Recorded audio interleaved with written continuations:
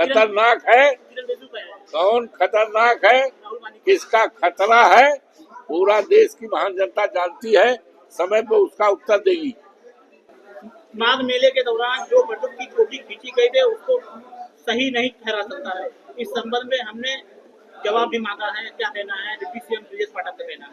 क्या मांगा गया है? ब्रजेश पाठक ने कहा है माघ मेले में जो चोटी खींची गई वो सही नहीं था, इसके लिए हम जवाब मांगे। ऐसा है, माघ मेले में क्या क्या हुआ है, क्या क्या हुआ है माघ मेले में, पिछले दिनों में कितने लोग शहीद हुए हैं, इसकी सूची तो सरकार दे ही नहीं पा रही है, दूसरी सूची मांगने का क्या उचित है?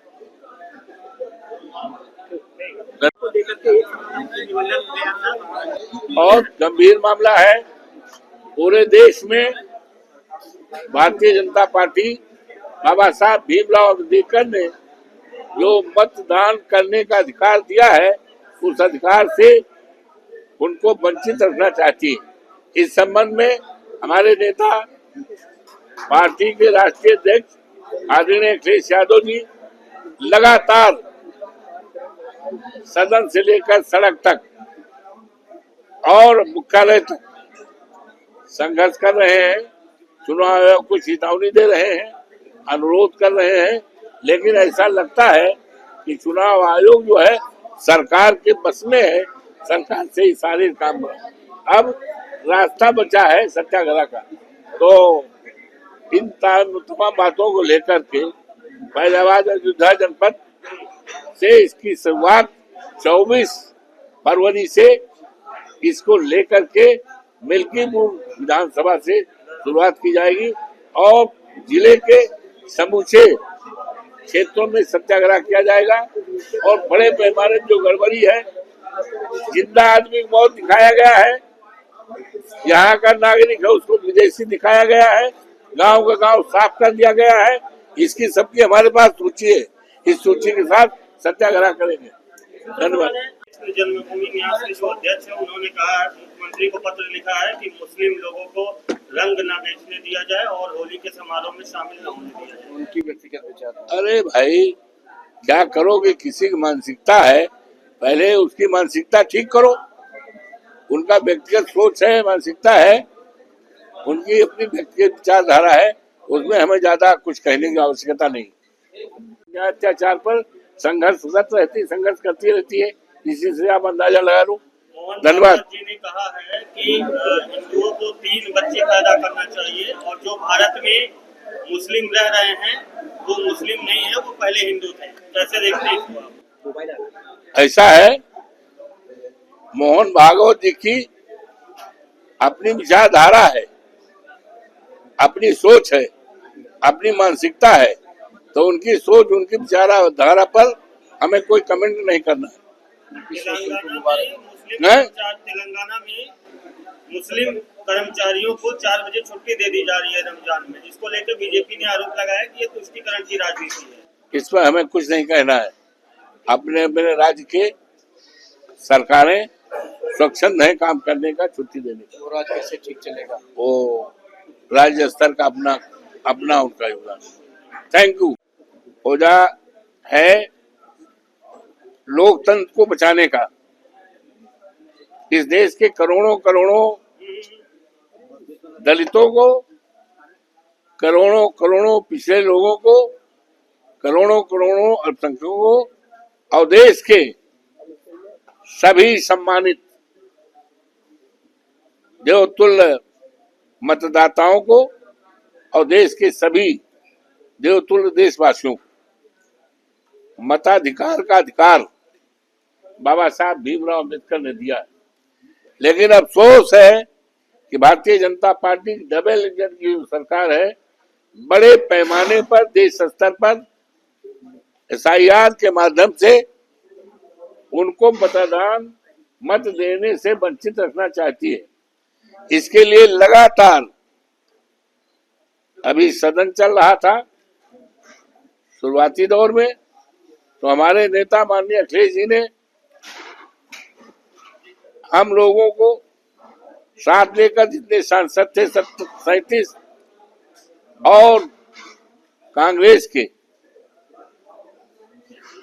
राहुल जी के नेतृत्व में बड़े पैमाने पे हम लोग गए थे चुनाव आयोग के सामने, लेकिन चुनाव आयोग ने पूरी तरह से अनसुनी कर दी, मिलना भी नहीं पसंद किया।